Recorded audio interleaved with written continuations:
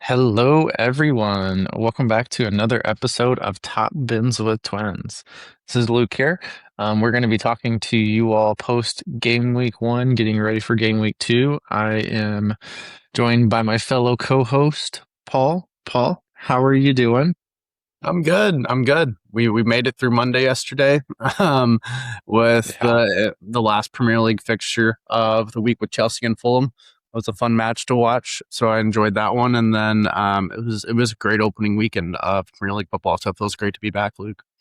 It was. I feel like it was a very chaotic weekend to me. Like that's what I felt like. The only team that really wasn't abnormally chaotic was Arsenal, right? It feels like they put in a great performance.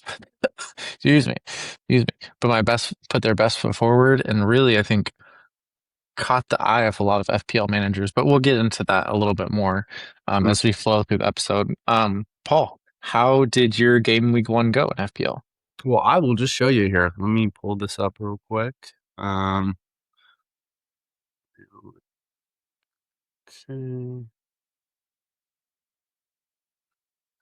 All right.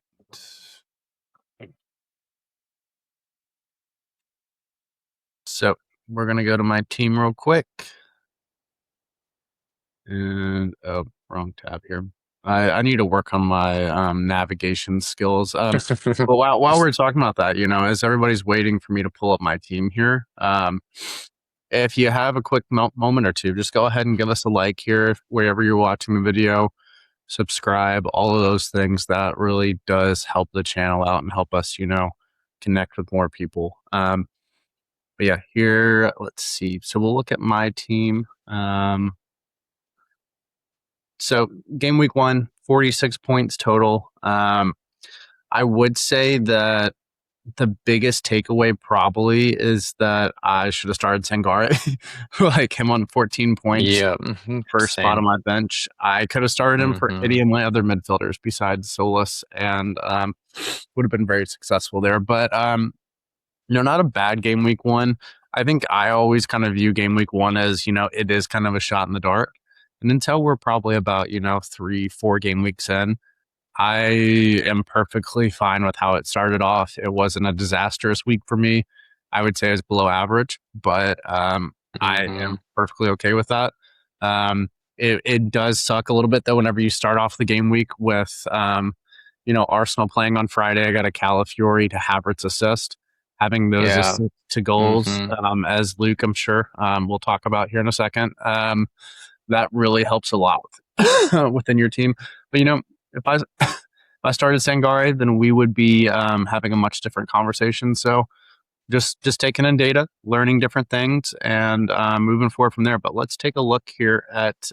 Here, wait. Let's leave it here. We'll leave it on your team for a second. I think if can I share my thoughts first? No, no, no, no, no. Go ahead. Let's hear it. Yeah, I think the team looks really good, right? I think you're set up for the long term very nicely. The one question I do have, right? If you were, I'm not saying you're going to do this, but if you were going to make one transfer between game week 1 and game week 2 with the one free transfer you now have, what transfer would you make if you had to make one? If I was going to do a transfer, I'd probably take Verts down to Sabazalai, and then also I probably wouldn't have enough money, but I also really like Mark Gahey at the moment, where he was kind of playing for Mm, City. The threat on corners, he should have scored honestly a couple more goals, um, based on yeah. how that match went. So feels like he's going to be another really good asset this season. So I'll probably try to work him in pretty soon. But besides that, I mean, everybody else, I think I feel pretty good in. You'll see too. Khan's on my bench. We'll see if he starts this next Mhm. weekend. We'll see if I do start him, because there's always a chance he could sub on if he doesn't start. But Yeah. Yeah. it's going to be an Arsenal quadruple for me. So we'll see It's how gonna long. be it's gonna be tough though, right? Because ideally we would like to listen to Arteta's presser, right? Have an idea of what to expect. But Arsenal play on Monday of this in game week 2, and we have a Friday deadline too. So there's no shot, I don't think, that we hear from Arteta before that deadline passes. So that I was gonna say I hope that we're able to rely on that and that'll give us some information, but we're not gonna Oh, even be close to having an idea, unfortunately. So yeah. um so either you roll a dice and probably I mean the odds are that he either starts or doesn't play at all, would be my assumption, Yeah. you know. Yeah. So maybe it's safe to put him on and then he subs out. But the odd chance of a one pointer where he subs in the 86th minute to preserve a clean sheet. Well, I mean, they're playing Villa, so I don't think they need to preserve the clean sheet, but they don't need to try too hard. Yeah. But I know it's just one of those things, right? Where I feel like maybe you roll the dice, but I it's going could. to be up to you. Yeah. I easily could look, but yeah, like I said, feeling good overall about my team. Like I said, it's very very early. We'll adapt as things go on, but let's look at Luke's team here, who got me by I think 1 point, right? Thank you, Cole Palmer. So you can see Luke's in I 27 here. and we need to zoom in on the bench as well because I had a 14 pointer on the bench as well, which was absolutely brutal. Um, I should have known to start Sangaré, but when I look at my team, was I going to bench Mbomo or Verts? No. Maybe Gross was the one that potentially I would have benched, right? And Brighton score 4 goals, and Gross manages not to be involved in any way in those 4 goals. So um, it felt like a little bit of an outlier that he wasn't involved. So I think I still kind of made the right pick. Just the odds were not in my favor. So, um, but that is okay. Yes, as you can see, my entire week was kept afloat by Cole Palmer and João Pedro. Going into the last game of the week, I had one return, and that was Maharamovic's clean sheet, and that was it. That is So not I what was Citizen for. I was ecstatic to have Palmer and João Pedro return the way they did. For captaincy, I was between Haaland or Palmer. And, the week could have been better if I would have gone Palmer, but, so that's two decisions I might have missed early on is starting Sangaré and then captaining Palmer. But I felt Haaland at home and on opening day didn't know it at that point, but buzz cut Holland, maybe just not a goal scorer. So, just something to keep an eye on. I do I do think though, Cole Palmer looked incredible, and that's something I've been beating that drum pretty hard on this pod, building up to this. We can see Paul shaking his head, but if he can stay fit and continue to look the way he did. I mean, he was instrumental in all three of the goals that Chelsea scored. And had a couple more he could have scored, create a great chance for João Pedro, who just sent a volley wide. Like Cole Palmer could have had a 20-pointer in this match, right? And I think that's what we wanted to see. Jabi Alonso's system, so good. Did you get to watch that match, Paul? Oh yeah, yeah. I watched basically all of it. It was I think that there were a lot of signs if you're a Chelsea fan where you're going to be really happy with, I think, a lot of the performances they put in this season. I feel like the big question with Jabi Alonso was how does everybody fit kind of within where he wants to play? And it looks like it really is going to accent the best parts of this Chelsea team. Um, the things that I would question though is like, can this team defend in a way? I mean, you give up 2 goals to Fulham. Fulham probably should have had another two. Um, so it's like, can you take control of these matches? That's going to be the big question for, I think, Chelsea Yeah. through the remainder, or we are 1 week in the season, but for their 26-27 season. Yeah. No, I completely agree. I think it's one of those things too where I really kind of when I think about it, I'm worried about Chelsea defensively to an extent. Their first choice left back was injured, I think, in training. I think it was Yeah. a small thing, but he wasn't able to play. I think that made a big difference. Um, and then secondly, whenever we look at the system, right, I think the attackers looked incredibly good. I think I think we've understated Palmer and Rogers playing together. I think their dynamic and their chemistry then with João Pedro. I think that triangle looked so good yesterday. And maybe it's Fulham's not very good. That's a part of it, right? But we really need to keep in mind that they looked really good, I thought. Yeah, and Luke, Um, I'm not to cut you off here, but I do think that Fulham actually did look pretty good at moments yesterday. Like they were really getting at Chelsea, and like they're a couple of their new signings, like Garcia scored, Palacios, he looked really good, kind of playing in more of that yeah. midfield position. And it looks like Anthony Robinson's going to have another season where he's just bombing down that left flank. Should have scored. I think a lot of people would say with the chance that he had kind of later in that game. So I think we could just from an FPL perspective see that Fulham assets at some point will be relevant. And Yeah, they'll I think so. probably have. I think they'll have a better season than, especially with the manager turnover, all that stuff. I think it was a good initial performance from them. Yeah, I think it's one of those where with Fulham, it's going to be, do they have a good fixture run at any point? And the one that I would look at in the, shorter term horizon is game week 6 to game week 8, where they go Ipswich away, Hull at home, and Coventry away. So that's a pretty good run there. And then you have Aston Villa away and Newcastle at home. All 5 of those I like a lot. For one, something we need to point out, all of these fixture takers need to instantly change Aston Villa to a bright green fixture. Where not only bright Brightest green, but I green. think there needs to be a bright green with illuminating signs saying target. Don't forget this team. They might go down this season. Mhm. And that's an interesting conversation to have, right? Like this is a little side note that's maybe not as specific to FPL, but can be used for FPL decision making. If we look at the way that Brighton played Aston Villa this weekend, they gave them no space. And at least 2 of the goals that Brighton scored were from Mhm. turning Aston Villa over high up the pitch.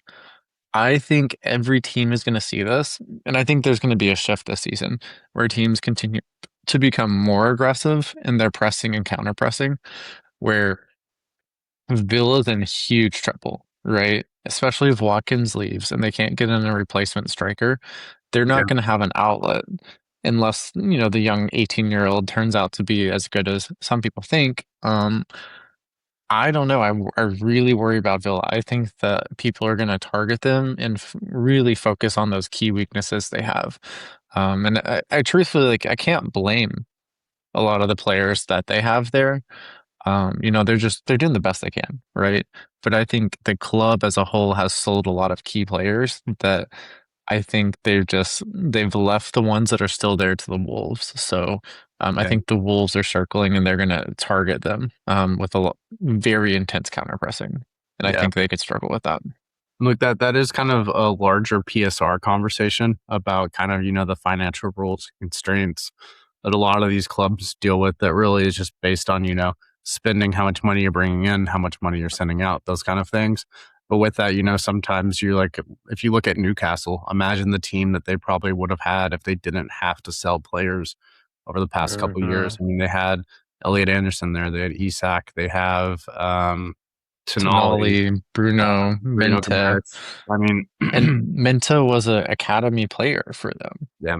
which is Yeah, and crazy. like And that's what, and the thing about that too is that I mean, having those players that are just purely academy players that are pure profit, like those players are the players you want to sell on mostly because you're making so much more money on them compared Mhm. to other Yeah, sales.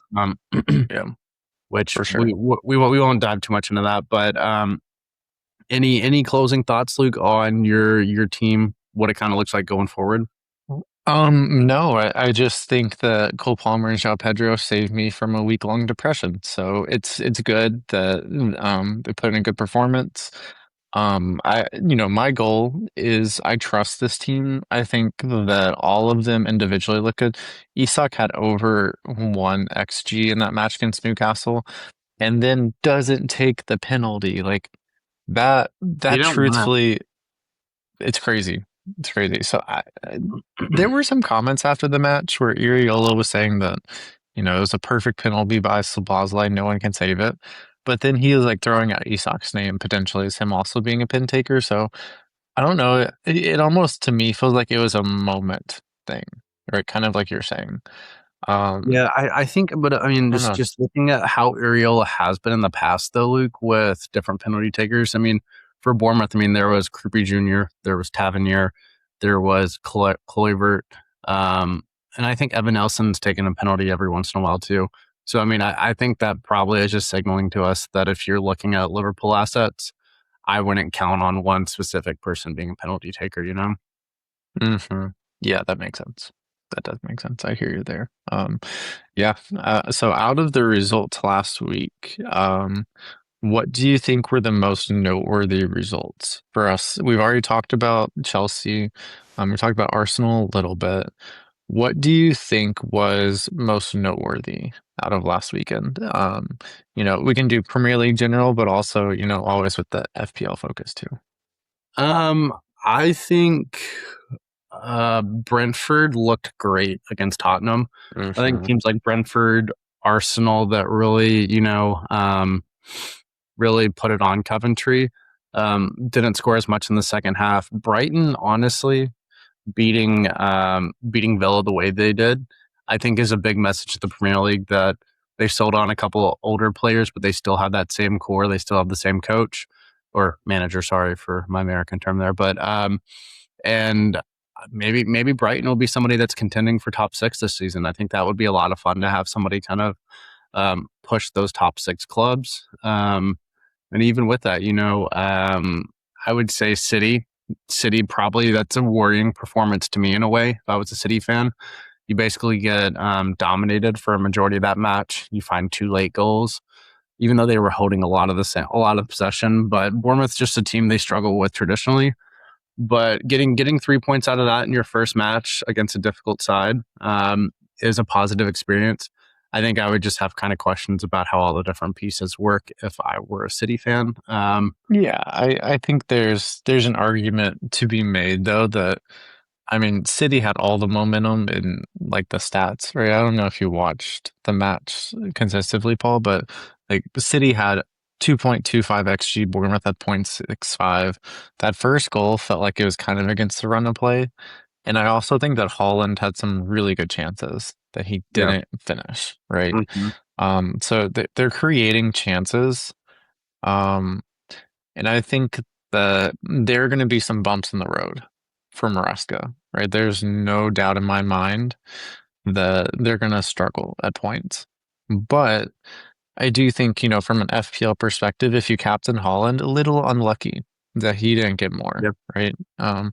And the managers that went without Holland probably got a little lucky as well, right? Yeah. Because he certainly could have returned, and that what is he at 70% ownership right now? He's at 68%, really 69% ownership. He feels like he's primed to still have a good season. Oh yeah. The question is though, I mean, Man City are selling a lot of attackers. So we saw Savinho and Marmoush make the move over to my club, Spurs. Um, and the question is there, like, do you think Marmoush or Savinho are FPL relevant at this point now that it's Spurs? I think it could be a good fit for them. But do we think they are going to be potentially in the conversation for people's FPL teams, Paul? I think Marmoush could. I think he'll probably push to be the starting nine there. And I mean, in under De Zerbi's system, if they're playing the way they want to, he's probably going to get a lot of chances. Savinho, I think that I will probably just keep saying he's a money laundering scheme. Considering he has 2 goals and 9 assists in 2 years, and he was bought for 21 million. For him to go for 80 million is just absolutely insane. That there's no way around that. Like that makes absolutely zero sense. Uh-huh. Um, but with that, obviously, I mean, Spurs have been flirting with him for the last year or so. So they got who they wanted. We'll see how it plays out. I wouldn't go anywhere near it in FPL if it were me, but I'm also a little biased too. So Yeah, but I think Spurs have really good fixtures coming up, right? We got Newcastle at home, Forest away, Everton at home, Villa at home, United away, Coventry at home. Like there's a really good run for the next, I mean, over 10 plus weeks, right? Where if you can find those sit and forget players, like I think Van Heck for one, I think he's a really good option. I think he's good value. If Spurs defense can figure things out a little bit, but I really don't know if the defense was to blame for a lot of the mistakes that happened. Yes, Kinski could have been a little bit better in goal, but it also feels like the midfield was letting them down a little bit, right? There were some key points in possession where Bergvall lost the ball a couple times. And Mm. then when you have five attackers running at two or three defenders, like what do you expect to happen, right? So it almost felt like Spurs were not ready for Brentford to press them, right? Yeah. And maybe we blame the players, but honestly, more so the manager, I think, right? Because it looked like Spurs did not expect Brentford to press them as intensely and as high as they did. And that seems like that is something that should be drilled in the week before. So um, who knows? And I think a lot of players are building up their fitness. I think that was one of the most apparent things to me.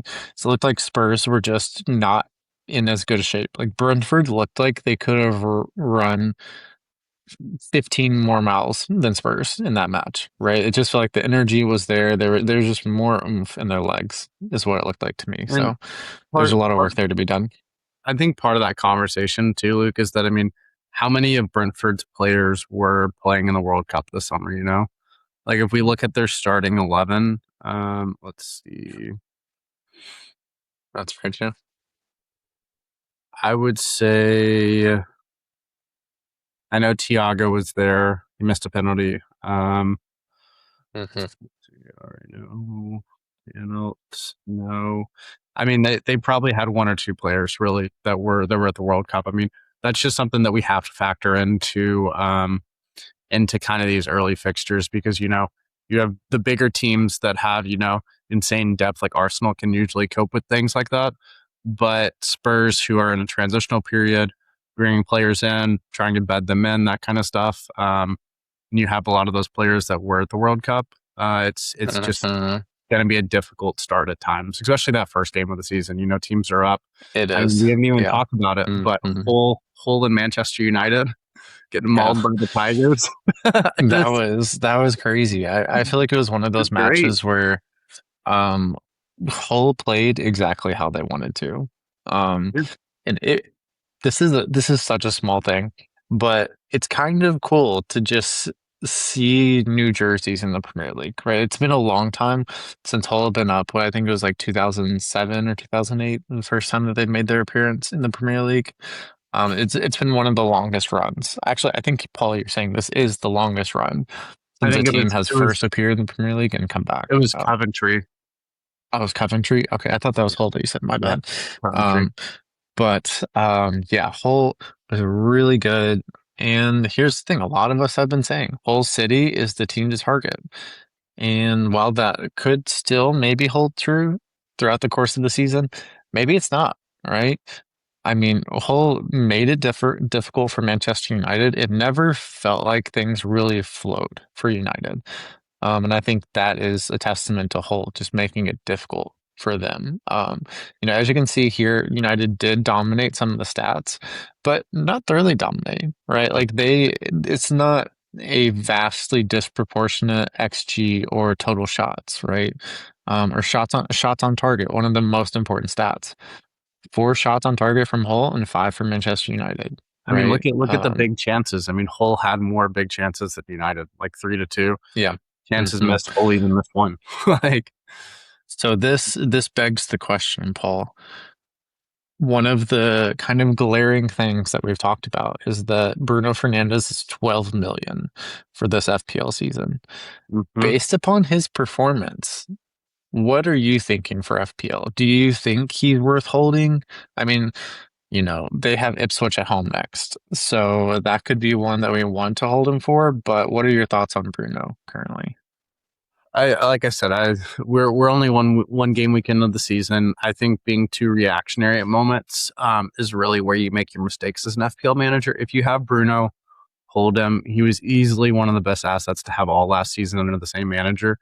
So I would give it at least 3 game weeks, 4 game weeks possibly. And if it doesn't work out for you, I hate to say it, but you can always move to Cole Palmer. You can move to Saka. You can move to other options. I said or. I didn't say just Cole Palmer. It's getting cold. Is that a cold front? It's the You know, Cole Palmer movement. sometimes I do regret starting this podcast. Sometimes I do. But Fair enough. Fair enough. with that, I do think that you hold on to him for now. Like I said, I mean, all it really takes is for them to play Ipswich. And then let's say that there's a handball in the box. Bruno gets an early penalty. He gets a corner assist. And then we're back exactly where we were last season with him, you know, every week having the chance to haul, consistently getting points, that kind of stuff. So I would caution against being too reactionary, but I do want to say, could you pull up Bruno Fernandes heat map while you do that? Keep going though. Sorry, I didn't even cut you off. No, I was just gonna say that this whole culture sometimes of like the Premier League and Premier League fans does genuinely piss me off at times, because if you don't think that fans chanting "you're getting mauled by the Tigers" is just absolute peak, I don't know what you want. Like that is absolutely hilarious. Did you see the videos going around of that, Luke? I did, and it's class content. Like, it's great. I don't get we why just need to people do are a so slow clap for Hull City's PR team as well. The video they put out afterwards, with all 1738. the United content creators and everything, and then how it actually turned out going is really great. Like we need to see more of that behavior in the Premier League, because I personally think that everyone's getting along a little too well. Right? I think everyone's just buddy. Everyone wants to be friends. Like, God. no. We need to see teams have a little more disrespect in the way they play. Is I'm not advocating. that Charles Barkley over there? What are you saying? I'm not advocating for players to be dirty, but I don't think you need to be friends with the teams that you're playing against, right? I think there's just we need more rivalries in the Premier League, is what I'm saying. We really do. And with the turnover in managers that we've seen, it's kind of hard to have that, right? Because they don't have a lot of, past experiences of managing against each other. And there's not like, like we had Pep and Arteta, right? That's a really intense coaching rivalry, right? Although there's a tremendous amount of respect there. We just don't have those rivalries yet. And I think I'll be watching very closely to see how those emerge over time. So, yeah. Well, like you said, Luke, here is Bruno Fernandes' heat map. You can see a lot of it kind of outside the box there, kind of just around the circle. Really, that tells me, we just kind of want to get a little more inside the box there, right? A little bit, but I also just creating chances are in that area around the box too. So, yeah, that's what I was going to say too. Is for him, this is kind of the area he really thrives in, right? Because where his possession is predominantly contained there, where we see the orange and red, that's really going to be those areas where he thrives. Where he can thread a ball through, take some shots if he wants. So. If you have Bruno, I would definitely still hold him. But if you went without Bruno, I'm also not overly worried, right? Because I think Mbomo had a lot of chances, which is what I've done, right? As you could see with my team when we showed earlier, I've hedged my bets a little bit for the first few game weeks where I brought in Mbomo with the intention that he would be my cover for Bruno Fernandes. And he had good chances, right? He just didn't convert them. So I would expect to see him continue to get those chances and maybe convert them next time around. So hopefully it's Cunha assisting him or Tielemans, not Bruno. For my team personally. So yeah, for your sake, Luke, you would hope not. Something to note though here too is I didn't realize that three of Hull City's defenders were subbed out with injuries. So we'll have to see Hull's next game. Who do they play? They play Coventry next. Play Coventry. Okay, that'll be an interesting one. honestly, very, very, very relevant points early in the season there, you know? Yeah, the interesting thing for me, right, is that when I look at my team for next week, I'm actually going to be starting um, Bobby Thomas with he plays for Coventry. He's a 4 mil defender. He hit DefCon this week, which is really nice. Mhm. Um, and I expect to see Coventry really go after that match against Hull, right? You're playing at home. And in the past, like last year when the two teams played in the championship, both ended in 0-0 draws. So I Yeah. think the likelihood of getting a clean sheet could be pretty high.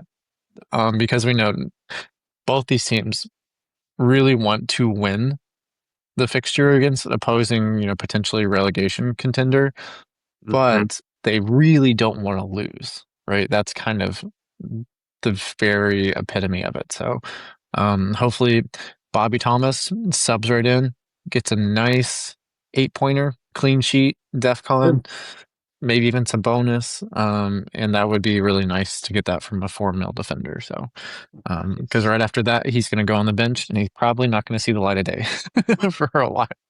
So, Hopefully. Those yeah. fixtures though, Luke, I know we kind of have some data from last season from the championship, but those fixtures between, newly promoted sides, especially early in the season, are so hard to predict.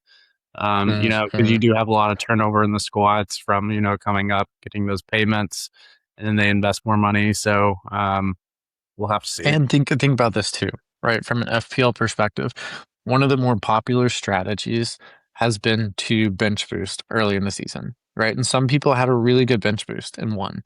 But a lot of people targeted bench boost in game week 2 so that they could load up on Coventry players and then use their bench boost. Like I know a lot of bench boosts are using 3 Coventry players. And after Hull just beat Manchester United 2-0, don't you kind of wish you had three Hull players instead? Yeah. Right? And this was just the drum that we were beaten over here at Top Ends with Twins, saying that we don't know if it's a good idea. There's a lot of information we don't have, and it could still go in their direction, but I really think that it was rolling the dice because we just don't know yet, right? There's so many variables that we still need to suss out and figure out. So if you are going with bench boost, best of luck, but hopefully your team is set up for success. Yeah.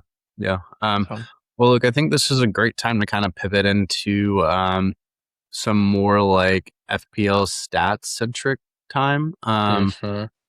Let me see. I'm gonna pull up the website here. We're gonna kind of just do a deep dive on, some different stats, that kind of stuff. Let me see here. I just have to play with this a little bit. Also, now that we're looking at stats, as Paul's pulling this up, we're going to take a look at the FPL Top Bins with Twins data room. One player that I do want to give a big shout out to is Egan with Hull City. He put in an incredible performance this week. He's currently at 1.9% ownership. He put together 21 DEFCONs in Yeah. one match, which is just absolutely incredible.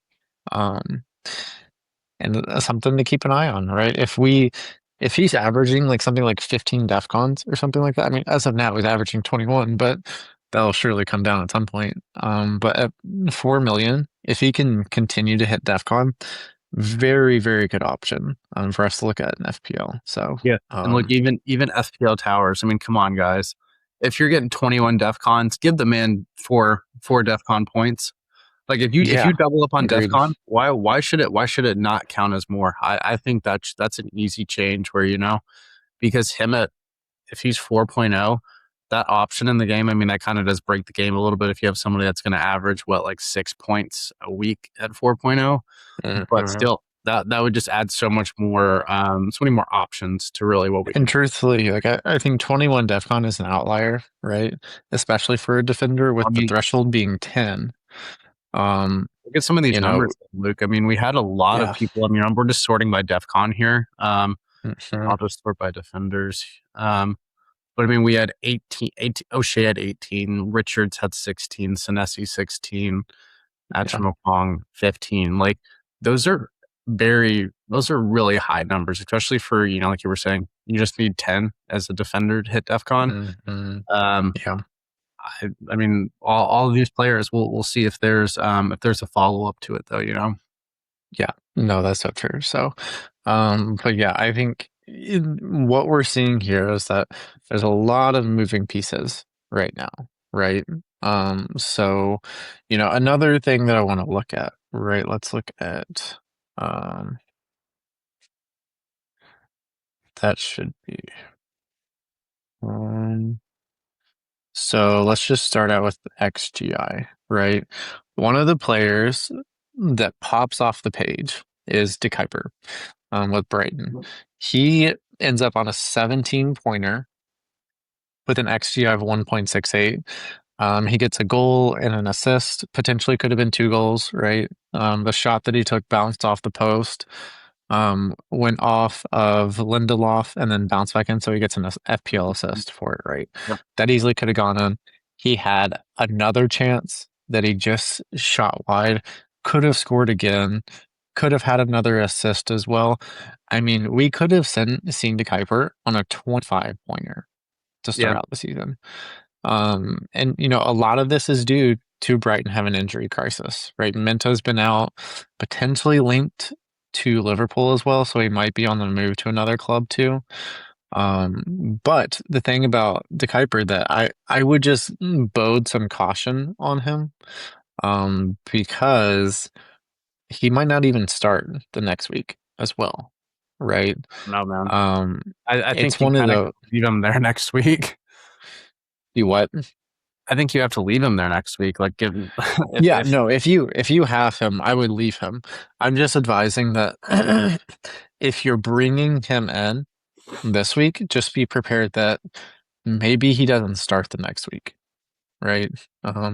But he is leading the transfers in at the moment. He has over 271,000 transfers in right now. So, and really just also leading with points per million, right? As you can see over there on the right, he's averaging 3.8 points per £1,000,000 spent, which is really good value. So just something I'm going to keep an eye on, right? I think that he could be a great player for us to have. When we look at Brighton's fixtures, there's some tough ones in there, right? They have Chelsea away next, which after watching the performance on yesterday, Chelsea's going to be tough to play against. Um, and they also have Arsenal at home in Gameweek 5. So there are some tough fixtures ahead for Brighton, but then they play Leeds and Coventry between those two. So I don't know. If you have them, I would keep them, frankly. So Yeah. No, I like it, Luke. I mean, that's what I was saying there too, is that if you're Hertzler, and you have an injury crisis, why rush somebody back whenever you have a suitable replacement for now, mhm. playing one of your winger positions. So, that's all I was getting at there. But I mean, just looking at the XGI, I think that's always a good one to look at. Like I was talking about, like I was saying about Gahey earlier, Luke, he just feels like Mhm. XGI of 1.21 as a defender. We know he was kind of playing in more of a midfield position for City in this match, which I think there were some things that he was kind of working out where positionally, that kind of stuff during the middle of the match. But his ability to kind of find those spaces on corners is really going to be probably, I would say, he's the closest person to Gabriel in that way. And if Mhm. we see how Arsenal were taking corners in their first match of the season, could be situational to something they saw against Coventry. But if they're taking those short corners, that's probably going to reduce a lot of Gabriel's risk if you don't have him as an owner. But in saying that, I'm sure it'll get to the point where Arsenal will start whipping corners back into Gabriel after people start adapting to what they're Yeah. doing, playing the ball short. But he does feel like, I think, another really good option, especially if City can kind of really settle in and start, putting a cohesive midfield together. I think that's going to be the biggest issue for them. Yeah, and we've seen new signings there, right? Yeah. City have brought in the young Moroccan 18-year-old Bayendir. I don't know if I pronounced that right. I might have pronounced that wrong. But the important thing there, right, is they have signed a lot of new midfielders in the from City. So my question there, though, is I like you're kind of alluding to, how quickly are they going to bed in and adapt? And they're replacing Rodri, who in this generation is the best defensive midfielder at not only covering ground and protecting his back line, but also at facilitating play, right? Like the balls that he sees and plays, really no one else can do that. So you're not going to have a one-for-one replacement, but maybe the combination of Elliot Anderson, and then, with a couple other signings, you can piece it together and figure it out. But I don't know. I feel like, I don't know. It feels like City might be up for a kind of tougher year this season, Yeah. especially post Pep, right? Because they don't have the ball genius or cooking up things. So, Yeah, I mean, it's just going to be a natural, little bit of a natural, I would say, what's the right term for this? What's the right word? I would say step down in a way, or just kind of, like I said, transitional period when you're going from probably one of the best managers of all hmm time to somebody that's trying yeah, to follow in his footsteps. I mean, that's just going to be, there's going to be hiccups, there's going to be bumps. It's not always going to be as, straightforward and easy as it was with Pep. There's just no other way around it, it's it is crazy the business that City have done up to this point, Jesus right? Christ. Like if I'm looking at their transfers, not only in but out, like since July, the beginning of July, they have one, two, three. I mean, over 20 different ways that players have come and gone. And this is not factoring in Marmoush and Savinho as well. So, I mean, they by the end of the window, they will have moved in or out over 25 players, and some of this is like contract extensions and stuff. But you can tell that they know that with Pep leaving, there's a lot that needs to be done.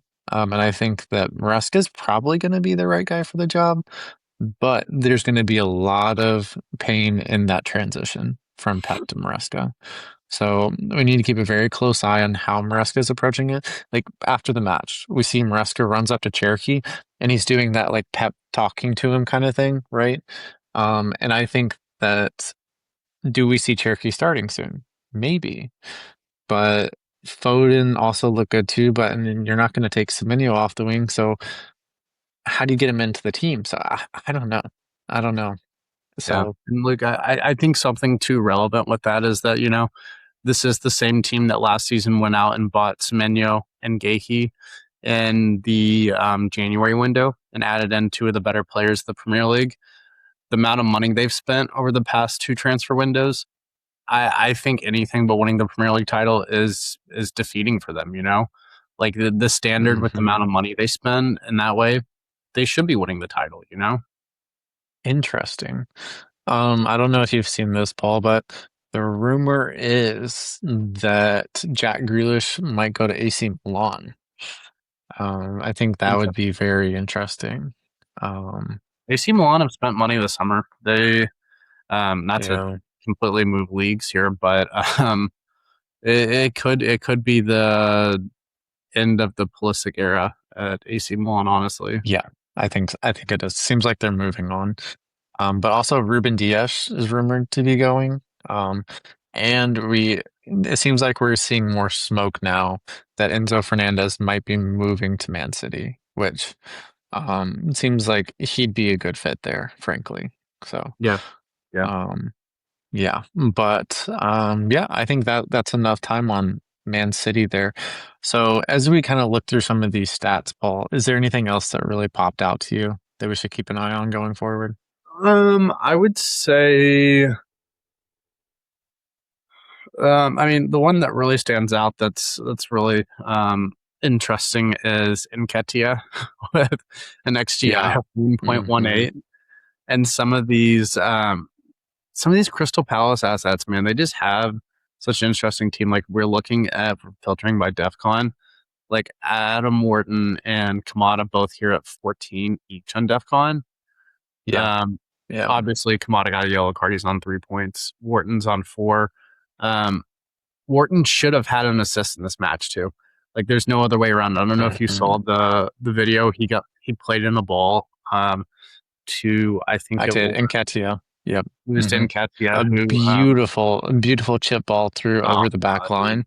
Like the touch that he has on some of his passes, oh, beautiful. He is such a talented player. I would absolutely love if eventually if he moved to Arsenal.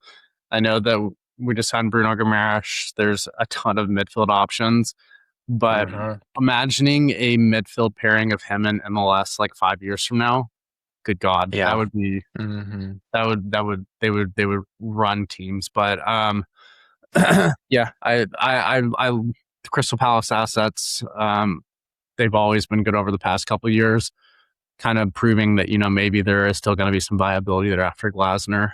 But if we are just looking, let's see. One thing to try, Paul, sort on XGI for forwards.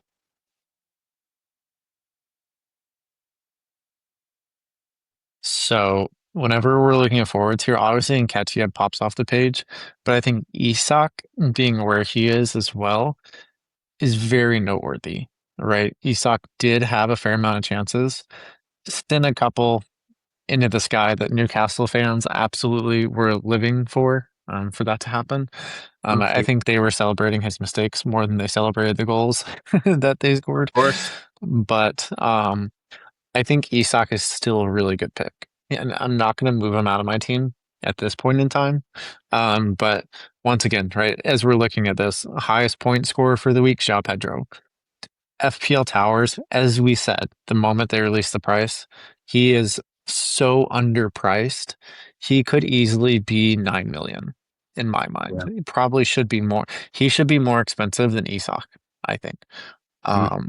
And it's just blowing my mind because who else? Why would we not have Shaq Pedro?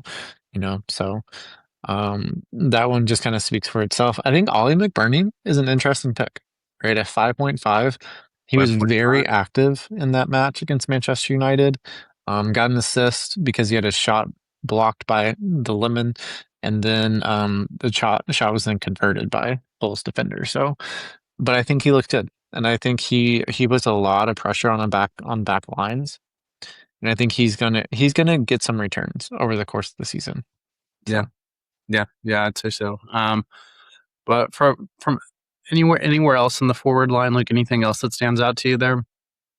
Um, yeah, I think looking at obviously we have Thiago missing the penalty, and we would expect for him to convert those penalties because historically he's been pretty good. So you know Spurs got off a little easy there. I think from the forward line, another couple things to keep an eye on, right? We do have some transfers that will make for interesting discussion, right? For one, it seems like Mateta's being linked to Aston Villa. Yeah. And if Mateta goes to Villa, I think that could be somewhat interesting at some points in the season. Right now, not even going there. They need to make other signings and continue to bolster their team a little bit more before I'd be interested. But, you know, if we see Villa having a good stretch in this future, so potentially, so let's take, no, take that. You know, like Villa have a great run from game week 11 up until game week 15, where they play Sunderland, Ipswich, Everton, Crystal Palace, and Coventry. That could be a good run to have him for. So just something to keep an eye on. And on top of that, we're also potentially seeing what was I looking at? No, there was another striker I wanted to mention who might move. Oh, I think Marmoush could be someone that's interesting. Yeah. At 7 million, he could be really good value in Spurs attack because I think, frankly, he's probably going to be on penalties too, right? With how I'm thinking about it. Yeah, I don't think I think Savinho so. would take them. I don't think that, you know, attacking mid. Yeah, I think it's probably going to be him. And, you know, I think when you look at Spurs attack, Kudus should be back. and be able to play at least some kind of role this weekend. If you have Savinho on one wing and Kudus on the other wing, Marmoush is going to get a lot of chances. He really is. And I think that midfield can manufacture chances too. So Marmoush is Yeah. someone that I think we could potentially really look at here in the near future. Um, so yeah, the question is those who would you take out, right? Because João Pedro is going to stay. For a lot of people, I think Haaland will stay on the team as well. So you kind of have a third position that's up for Mhm. grabs. And I don't know if I'm ready to move on Isak with how my team's set up. So we'll just have to see. And I don't think would you take Havertz out for Marmoush Paul at any point? Not yet. I will Okay. not. I Havertz has scored in 5 of his last 6 matches for Arsenal. If Arsenal keep looking like the team they did last weekend, I think he's just going to constantly be around the chances that are created. So I don't see Mhm. any reason to move from my Arsenal quadruple, even if that keeps me from making transfers. I will be able to build up transfers and then make bigger moves as time goes on, to adapt to kind of Crazy. So what. in defense, you have Calafiori, Konsa, Havertz, and then who's the fourth? Is it Mascara? No, it's Solus. Solus, that's right. That's right. Who is looking great. Do you want to I think you should take a moment and ISO on him for a second here. Let's Oh, dive into what you think about Solus. yeah, let's pull him up here so we can look at his stats and then let's see. We'll do that midfield. Okay, yeah. So for Solus, I mean, I think that if we're just looking at him on surface level as a player, he's going to be extremely direct in that left wing spot for Arsenal. And he's not Mhm. somebody that is has blazing pace, has the ability, but he knows how to create that separation to play in balls, to get off shots, all that kind of stuff. And like he had a chance early in the Arsenal game where he could have scored, cut in from the left side, got a good shot. It was He hit it very well, but kind of sent it a little too high. That easily could have tucked into the top right corner. He gets the basically he won the ball back, I'm pretty sure, on the first Arsenal goal where Calafiori assisted Mhm. Havertz. So that somebody's going to be good in the press. And he just feels like, especially for his price point at 6.5 to get into that Arsenal attack. I know Odegaard's kind of the same price point, all Yep. those things. But Hmm. I feel like as the season goes on, Odegaard and Solis will probably go back and forth. It depends on the kind of season that Yep. Odegaard has. Paul, do you want to show the Arsenal mids real quick? You could Yeah. pull that up. Yep. Um, Sometimes I forget that I'm on the screen and I try to click it and I'm like, what is going on here? yeah. Because I think it raises a very interesting question, right? Because whenever we look at these stats, right, Saka has the highest XGI, but we see Solus and Odegaard are pretty much dead even, right? But Odegaard ends up on an 11 pointer, Solus a 6 pointer, and Saka a 9 pointer. For a long time, especially last season, right, we were begging for a good midfield option at Arsenal. Yeah, And I think that the people who realized this early on, before we went into the game week one deadline, bringing in Solus might be one of the best value picks of the season. I'm yeah, surprised he hasn't gone up more than he has currently, and I really am kind of surprised that Odegaard's come in more than Solus. yeah, Here as we see, I mean, Odegaard has hit DefCon in the past, so that's a good benefit to have there too. But his injury history does worry me. And I think Solus is someone who has demonstrated in other leagues that he is a return monster, right? I think he had something like 29 goals and 20 assists or something last season. Like it was around 45 to 50 returns last season alone. So it was in the Belgian league, but he's a very good player. And I think he's someone that we need to keep a very close eye on. If you don't have him, then he's someone that I think all of us will have at certain points in the season. Um, hmm so like, let me look. Like, Arsenal do have a very easy fixture next week. They've Aston Villa away. I think Arteta could roll out their under 21s and probably still win that with Dowman say scoring that. four. You're just But trying to juice Arsenal. Chelsea at home, I think will be a very difficult fixture for Arsenal. The way that they've set up, I think whenever Arsenal's back line is going to be tested, I think we could see some cracks start to emerge a little bit. And that Chelsea attack is going to create some serious issues, I think. Because Frank, the reason I'm not saying that because I don't trust Arsenal's defense. I'm saying that because I think Chelsea's attack could be that good, right? We could potentially be seeing the start of one of the more elite attacks in the Premier League. Because Rodgers, João Pedro, and Cole Palmer, they're all playing well. Can you name a better front three that you could have in the Premier League? Right? With the setup the teams currently have, I don't know if you can, frankly. So I mean, I would say Havertz, Solis, and Saka, but that's just me. yeah, yep, nope, maybe, maybe, Yeah. but I don't know. I think it's very interesting. That match is going to be a must watch, in my opinion. Oh yeah, That's yeah, a clear the schedule, close the blinds, lock in, make sure that you are entirely focused.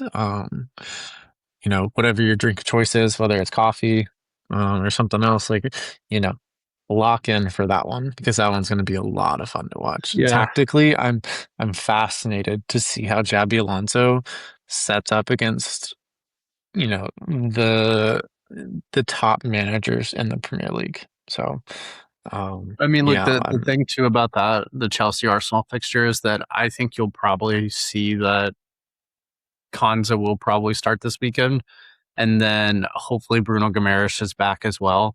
And then whenever Chelsea and Arsenal play, you'll probably see both those players bedded in, and I think that it's just going to be a massive problem for other teams when you see the physicality of that midfield for Arsenal.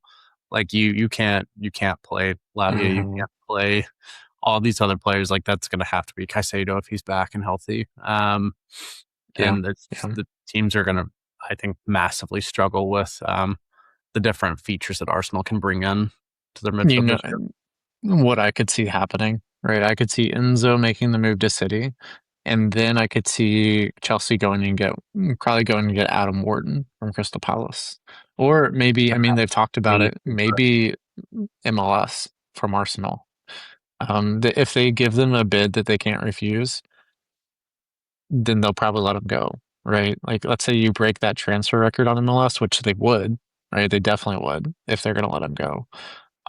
But for Chelsea, if you let Enzo go, you have to replace him somehow. And I Yeah. think that could be interesting. So, yeah, Yeah. but we'll keep an eye on how this emerges over time. I think there's a lot going on right now in FPL, and I think our website gives you all the tools that you need, right? Yeah. Where you can potentially sort information, you can build teams from here. I don't know. There's just a lot of functionality here that I really like, and personally, I find a lot out of it, and I think Paul does too. So, we just wanted to share a little bit of the capabilities and some of the things that you can do within the platform. So, Yeah. Yeah. I think it is like it's a really, really great tool that you built that people can kind of use however, complements them as an FPL manager. Like we always talk about, definitely. everybody plays this game differently. They have different mentalities when it comes to how they want to go about it. But this whole thing really does allow you to, you know, accent probably maybe parts of, for lack of a better term, parts of your game that aren't as good. Like we both Hmm. grew up playing basketball. You got to be able to dribble with the left. You got to be able to dribble with the right. You got to be able to have a lot of different like combinations, things to like counteract what other people are doing. So if you want to build up that skill set, I think that this kind of is a great step in the right direction because it is very user friendly too. Um, so Yeah. I'm not to shamelessly plug what you built, but I think it really is a really great platform for people. The last thing did want to highlight though, if you could scroll all the way down, Paul, to the bottom. Yep. At the very bottom here, you can see join the Top Bins with Twins Discord. Hop on in there. We really want to continue to have conversations with you all. We want to figure out what your thoughts are, what you're enjoying about FPL, what you're not liking. what are you struggling with building a team, right? Like all these things, and that's a great place to do it. So, if you're still here at this point in the episode, be sure to not only like and subscribe, but go join that Discord because we would love to continue this conversation with you all outside of the normal podcast that we do. Yeah, absolutely. Well, Luke, any other closing thoughts on your end as of right now? Um, no, I think, well, yes, there are closing thoughts. Sorry. I tend to Go sometimes ahead. answer the opposite of what I'm thinking, but I would say trust your teams, right? Do not knee jerk into making a quick transfer just because maybe you didn't have the best game week one. There's a lot of intentionality that I and Paul built our teams with, and I'm sure you did the same thing too, right? So if you're thinking you're going to make a quick transfer going into game week two, if you feel like you really need it, then okay, more power to you. But I would urge you all to have some patience, let the team continue to develop. It's like, making a good steak, right? You can't just throw the steak on a skillet and hope that it goes well. You have to let it thaw out, really let it marinate, let everything seep into it overnight, right? And that's how you get the best steak, and that's how you're going to get the best FPL team. So don't knee jerk your transfers. Take some time, and just keep watching the football, right? Keep watching, keep looking at the stats, keep analyzing what's going on in the Premier League right now, because there's a lot of moving pieces, and we're a great place for you to keep coming back to because we can give you guys an idea on what our thoughts are and hopefully make your FPL season a lot better than it would have been otherwise. So, Yeah, that's great, Luke. And it also really sounds like everybody's coming over to your house for a steak. That's what it sounds like. hey, if they give me a heads up, that's all I need. Yeah, yeah. My big closing thing here too, Luke, is kind of like what you said there. We kind of touched on earlier on the pod. At this point, knee jerking, making transfers, taking negative points hits is not what you want to do. Yep. Just Hmm. everything will work out. Even if it's just the bad first couple weeks, you can always adapt when you have more Yep. information, that kind of thing. You can always wild card. You can do all these things. But with that too, this is going to be a long FPL season. It's a marathon. It's not a sprint. So, and really too, just I'm kind of over the place right now, but with what Luke said there, watch the games. I think that's usually it's so underrated, and I know there's so many games each week, but sitting down watching the games, looking at like, hey, who's in this attacking position? Oh my God, is that did I lack of a better term, Van Heck, did he just clear the ball 3 times back to back and hit 3 DefCon in like 2 minutes? Like little things like that, they really do add up so much whenever you're trying to make decisions as FPL managers. So you have a good reference of, where the players are, where they're playing in their systems, all those kind of things. So Hmm. I think that's watching the games, especially early in the season, trying to figure out what teams are trying to achieve with how they're set up. Yeah. It'll tell you a lot about the results as the season plays on. But Yep. Hmm. yeah, I think that's going to be all I have at the moment. Luke, Yeah. any other closing thoughts on your end? I have a lot of thoughts, but I think we'll leave it at that. Yeah, So, no, we appreciate you guys joining us for this episode of Top Bins with Twins. It's been a lot of fun today, Paul. And hopefully you guys got a lot out of this as well. Like I said, go join that Discord, leave us a thumbs up, subscribe on YouTube because that helps continue to get our name out there and make sure that we keep doing this. So we really appreciate you guys and why the finger guns? Oh, but oh, good luck in game week two. why, Oh, why? All right, we're in the uh, podcast. bye. Bye, everybody.